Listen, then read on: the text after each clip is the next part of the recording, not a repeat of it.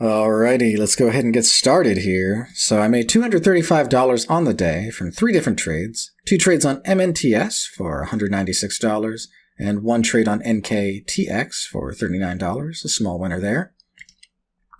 Now, before I actually go ahead and break down the trades, I want to give a quick shout out to anyone watching. I have been trading in a live account for about 7 months now. I've been profitable for every month that I've traded. And the main purpose of me making this channel and putting these videos out there is I know there's a lot of people out there who are struggling to become profitable, and they want to see people that are actually able to do it on a consistent basis. And that's what I want to try and provide. So if you want to see the perspective of someone who is on a daily basis able to come to the market in a disciplined state of mind and see the processes I go through to help me stay in that state of mind, I would highly encourage you to subscribe.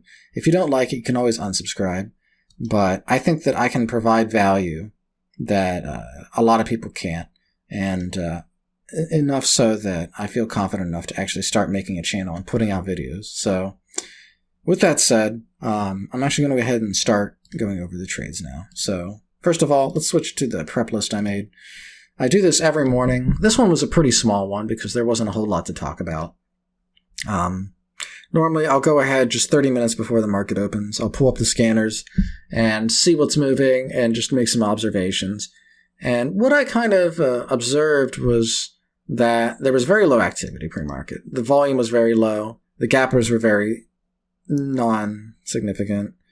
And there was just nothing very appealing.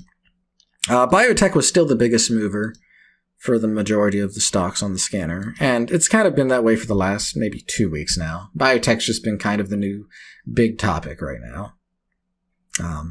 So that's kind of what I had in my head going into it. Basically, I kept in my mind, it's going to be a slow day. I need to be a little bit patient and not take anything too crazy. So let's go ahead and switch back to the actual Thinkorswim platform here, and we'll go ahead and actually go over my trades now. So today I took 2 trades on MNTS, like I said before, and the first trade was based off of some analysis I did the previous day. And I mentioned this in my last video, but one of the stocks on my scanner was this one yesterday. I didn't get to trade it because it didn't do what I wanted it to. At this point here, there was a massive flush that happened, and I'm someone who tries to buy major corrections or overcorrections and pullbacks. That's kind of the basis of my strategy. And one area that I had marked out was this level from around 430 up to 450. This seemed like a pretty stable level from the previous day's move. And if we saw a flush to that level, that was where I was going to buy. We didn't get it. It consolidated and stayed up there, so I just didn't trade it. But today was different. Today we did have a pretty considerable flush to that level, enough so to where I did initiate a trade. This was probably I don't want to say most aggressive because I did wait for my area that I wanted to buy. But I was debating between buying between 430 and 450. And I was a little bit antsier than I would have liked to have been. I did stay disciplined enough to not like punch it and just go like 460 or something, because then that would have just ended poorly. But this was maybe not the strongest entry. I could have maybe done like half size and then half sized in more. But yeah, it just wasn't the best entry. This is kind of like that circumstance where your strategy would have worked, but your entry just wasn't correct. And I was very close to taking the full loss here. What was the low here? The low was 430. I believe under 430, like 428 was my stop or something. And I was like seconds from getting stopped out. So this was very close to a losing trade. It barely ended up working. I was debating just cutting the trade at 450 after it was struggling for about 4 minutes here. Normally, I don't like to hold more than like 3 minutes, especially if the price shows signs that it's struggling. So I was really antsy about getting out here. The only reason I didn't was because the level 2 was quite bullish, you do have kind of this stair-stepping pattern here, so there was some things going for me, but I was still a little bit antsy. I ended up actually selling early, so my initial target profit was 465. We had this push up to it went up to 465. I tried to sell in the ask, and I wasn't getting filled. And when I saw it goes back to 460, I was kind of at the point where, okay, I was down a lot. I went to break even. Now I'm up, and it looks like it could be pulling back. So I just took it off the table. This is probably the worst trade I took today. The setup was good. The only issue was my entry. And in reality, if I'm being honest, because my entry was poor, because the following minute I was able to sell break even, I probably should have just sold break even. Even though the price had recovered a lot, my entry being so high probably made the trade obsolete. So that was something, and I didn't note it here. So in my notes for the trade, I noted that I was debating between 430 and 450, and in my mind I was getting a bit antsy, and I'm thinking it's not gonna go to 430. I just need to get in now because it's gonna, like, if it goes to 450 and bounces, I'm gonna miss it. Kind of have that FOMO kicking in. So I suffered a little bit on that trade, a little bit of FOMO. I am glad I at least waited for my entry level, because, like, even though 450 was the upper limit, if I had, like, gotten super greedy and really started to break the rules, then yeah, this would have most certainly been a loss. But yeah, it ended up working out, and I was able to, on the next trade here, kind of correct the mistake I made before, which I'm really happy about. So the big thing here was I was too impatient.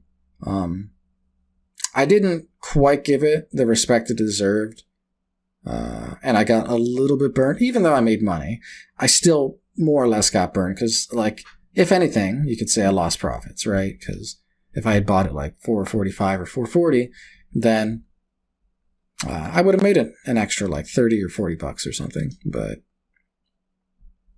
in this next trade, I did a lot better. I figured the more conservative entry was going to be around 385 to 390. So I had 389 here on the bid, and I actually got it 3 pennies from the bottom, which was a really, really good entry. It could have even been worth doubling size here just because it was that good of an entry. But I stuck with single size, and my target was 411. And I held for quite a while just because I had such a great entry, and the price has really kind of just gone straight down without any real consolidation. You had a slight one here, but this was more of just a dead cat bounce. And yeah, I gave it about 5 or 6 minutes. But even though I think I was very bullish about this trade, and I even mentioned it in my notes. But I did not like the concept of holding longer than 5 minutes, because my backtesting has shown that just in general, if I try this strategy and I hold longer than 5 minutes, it majority of the time becomes a losing trade. So even though I felt very bullish about this trade, I just decided to cut it at 404, which was still all right. I mean, this was over $100 profit. It was like $108 profit or something. So it's still certainly a good trade. I have no gripes with it. I'm really glad that I adjusted my entry, because my entry initially was going to be around like $4, and I knew that was too aggressive, and I feel this trade here and me correcting myself was what made me do the slower entry and what was allowed it to work. So I'm very happy with how I executed this, and I think it showed with the actual trade's results. So I had one more trade now. What was it on? NKTX. NKTX. Oh, dang, this thing's really sold off. Right. So this was one that I had on watch for a while. This was something I just kind of took a stab at because you can see this has been channeling quite intensely here. So it had the massive move up, then it's just been like in this major channel. And the float is much higher. There was like 49 million shares outstanding. So there's a lot more shares. So I knew that this one was going to take a little bit longer of a hold.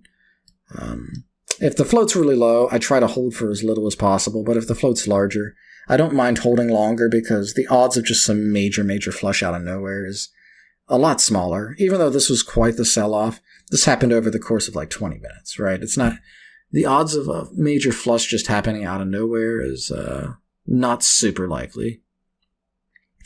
With that said, I was targeting 310, and the price was trying to get up there, but I was seeing quite a lot of sellers stepping in around this point, so I just ended up cutting the trade early. It was a small $39 winner. I did take double size only because the float was so high, right? If the float's smaller many times, like with what I did yesterday, I'll half size or I'll quarter size. And if the float is larger, the moves are going to be a lot smaller, so I need to increase size to compensate. So hence I took 1,600 shares on this trade. But yeah, that pretty much wraps up my trades here. It wasn't too eventful today. Honestly, it was quite boring at some points just because there was not a lot moving. I was debating just walking away for the day at some points. I did take a break at lunch. But yeah, if you found this video helpful or educational in some way, please do leave a like. I'll be uploading tomorrow, and thank you very much for watching.